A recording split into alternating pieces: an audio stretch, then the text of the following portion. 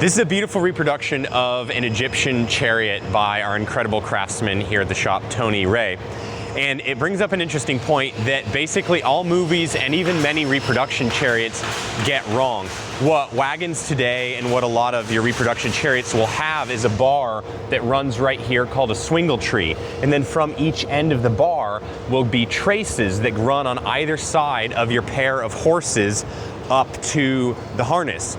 But Egyptian chariots and Roman chariots, and this is your racing chariots and all that kind of stuff, they didn't have the swingle tree and they didn't have the traces. So if you ever see a movie or anything, or chariot races or something like that, where there are cords running up the outside of the two horses, that's very much not the case. The way this worked is the whole thing is incredibly, incredibly light. And these would sit on forks that were actually up on the horse's neck. So it's not borne on the chest like later types of harnesses would be, but it's much higher on the horse's neck. And this actually goes into some studies people have done about how animal traction worked.